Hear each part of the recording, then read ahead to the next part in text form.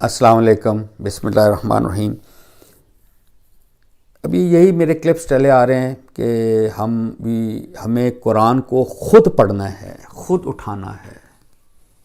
آپ یقین کر لیں، جس دن آپ فیصلہ کریں گے نا خود اٹھانا ہے، خود پڑھنا ہے، پوری سوسائٹی آپ کے خلاف ہو جائے گی کہ یہ آپ کیا کرنے لگے ہیں، اس قرآن کو آپ خود پڑھنے لگیں، خود سمجھیں گے۔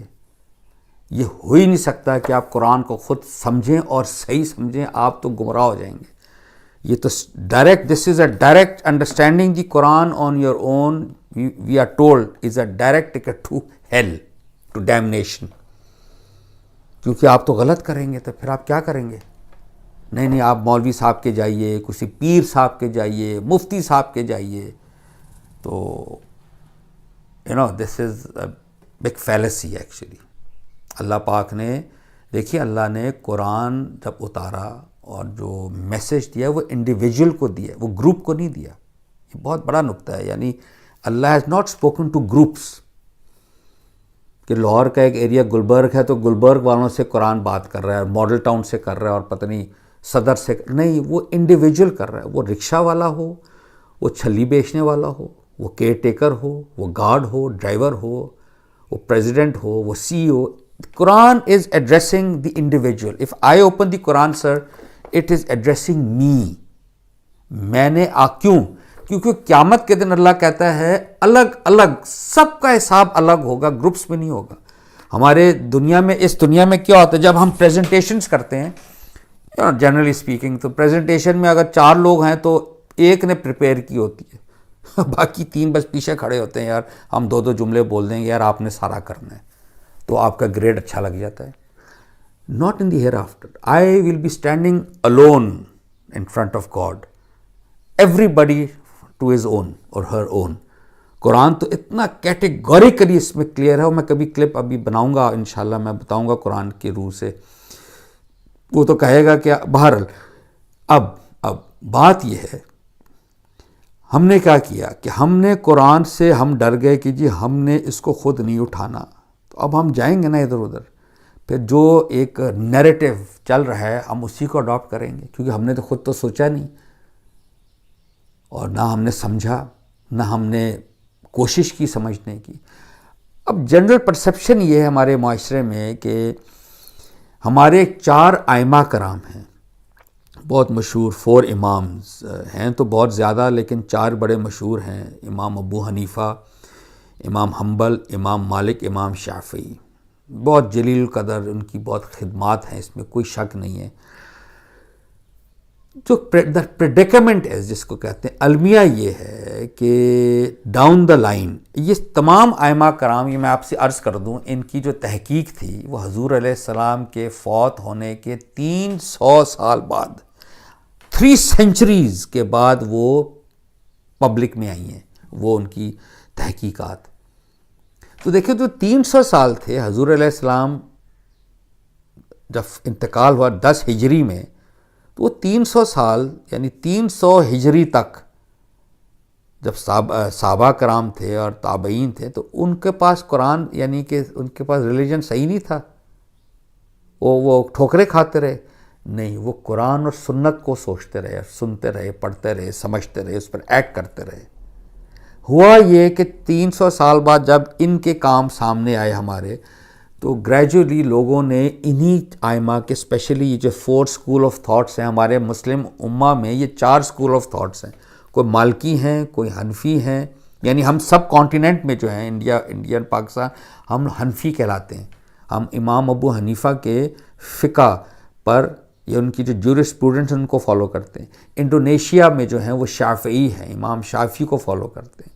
یہ خیر سے جو MBA صاحب ہیں ہمارے، محمد بن سلمان، اور یہ سعودی عربیہ، یہ وہ ہیں حنبلی، اہل حدیث جس کو کہتے ہیں، اور مالکی غالباً وہ ہیں موراکو اور ادھر کے ایریاز والے۔ تو their school of thoughts which is fine, I mean that doesn't matter, opinions different ہو جاتے ہیں، اور ہونے بھی چاہیے، انسان کا ہر اوپینین ڈفرینٹ۔ پرابلم یہ ہوئی ہے کہ ہر نے اس کو ایبسولوٹ ویلیو دے دی، یعنی ہم حنفی ہیں، ہم نے امام ابو حنیفہ رحمۃ اللہ علیہ کو ایبسولوٹ دے دی ہم نے، یعنی یہ 4 کتابیں اگر پڑھی ہیں 1 2 3 4، یہ حنفی ہے تو تو جی آپ نے انہی کو فالو کرنا ہے، آپ نہ مالکی کو دیکھ سکتے نہ شافعی کو. یہ اکثر ہوتا ہے کہ جب ایک ینگسٹر مختلف فقہ کو یا مختلف اوپینینز کو پڑھ کے اپنے بزرگ سے کہتا ہے کہ جی میں حنفی ہوں لیکن یہ مجھے مالکی کی یا شافعی کی بات بڑی اچھی لگ رہی ہے، تو وہ ان کو ٹونٹ کیا جاتا ہے کہ یار یہ تم کیا کر رہے ہو، آسانی ڈھونڈ رہے ہو، آسانی ڈھونڈ رہے ہو، دین میں آسانی ہے ہی نہیں. اور آپ کہاں چیلنج کسی اور کو کرنے کے لیے؟ نہیں، آپ حنفی ہیں تو حنفی کو ہی مانیں.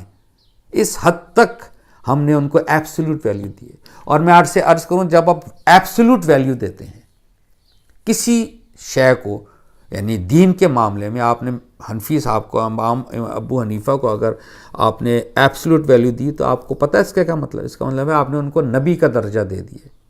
یہ elevated that person to the rank of a prophet. کیونکہ پروفٹس بھی غلطی کرتے ہیں لیکن ان کے ساتھ وحی کے دروازے کھلے ہوتے ہیں تو وہ ان کی اصلاح اللہ کر دیتا ہے. یہ نہیں ہو سکتا نا، ہم سب کو پڑھیں گے، سب کو جانیں گے، لیکن اور اس سے بڑا المیہ یہ ہے کہ ہم قرآن اور سنت جو اوپر کھڑی ہے، قرآن اور سنت کو ہم اس فقہ سے پرکھتے ہیں.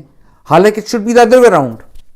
ہم تمام دنیا کے اسکرپچرز کو، وہ تورات ہے، وہ زبور ہے، وہ انجیل ہے، اور اس کے بعد قرآن کے بعد اب فقہ ہے، احادیث ہیں، روایات ہیں، سب مقدم ہیں، سب اللہ کی طرف سے ایک لٹریچر ہے، اسکرپچر ہے.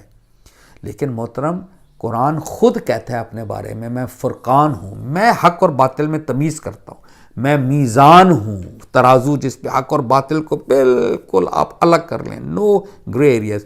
میں مہیمن ہوں، سورہ مائدہ کی آیت 48 میں، کہ میں نگہبان ہوں، پروٹیکٹر، گارڈین، محافظ. اب مسلمانوں کا ایکچولی آپ دیکھیں زیادہ جو رجحان ہے وہ ہم احادیث کی طرف جاتے ہیں، فقہ کی طرف جاتے ہیں. اور اگر آپ کو قرآن پیش کیا جائے تو قرآن کو تھوڑا معذرتانہ لحاظ سے دیکھا جاتا ہے کہ اچھا قرآن میں لکھا ہے لیکن دیکھیں حدیث یہ کہہ رہی ہے، لیکن سر یہ دیکھیں یہ صحیح حدیث ہے، یہ وہ ہے. This it has to be the other way around. یہ قرآن کا تقاضا ہے. اللہ کہتا ہے یہ جو یاد دہانی میں نے نازل کی ہے، میں اس کی نگہبان کرو، اس کی حفاظت کروں گا. تو what we have to do is we have to on our own level with sincerity have to ask Allah and open the Quran and start reading and understanding it as an educated mind with reference to context. جیسے دنیا کے تمام معاملات کے پیچھے ہم پس منظر ہوتا ہے. یعنی آپ کو کوئی شیڈز کے بارے میں کہتا ہے آپ یہ شیڈ لے لیں تو آپ ویسے لے لیتے ہیں، آپ اس کا پورا کانٹیکسٹ دیکھتے ہیں، یہ مجھے کیوں کہا گیا ہے، بورڈ آف گورنرز کون ہے، کوئی لائبلٹیز تو نہیں ہے، وہ شیئر کیسا ہے، پھر آپ شیئر لیتے ہیں یا نہیں لیتے، کیونکہ آپ ریفرنس ٹو کانٹیکسٹ دیکھتے ہیں. سب سے زیادہ امپورٹنٹ ریفرنس ٹو کانٹیکسٹ قرآن سمجھنے میں، کیونکہ یہ ہماری دنیا اور آخرت دونوں کی کامیابی کی جو کنجی ہے. Key to success lies in understanding the Quran with reference to context and acting upon its injunctions and teachings. Thank you very much. Assalamu alaikum.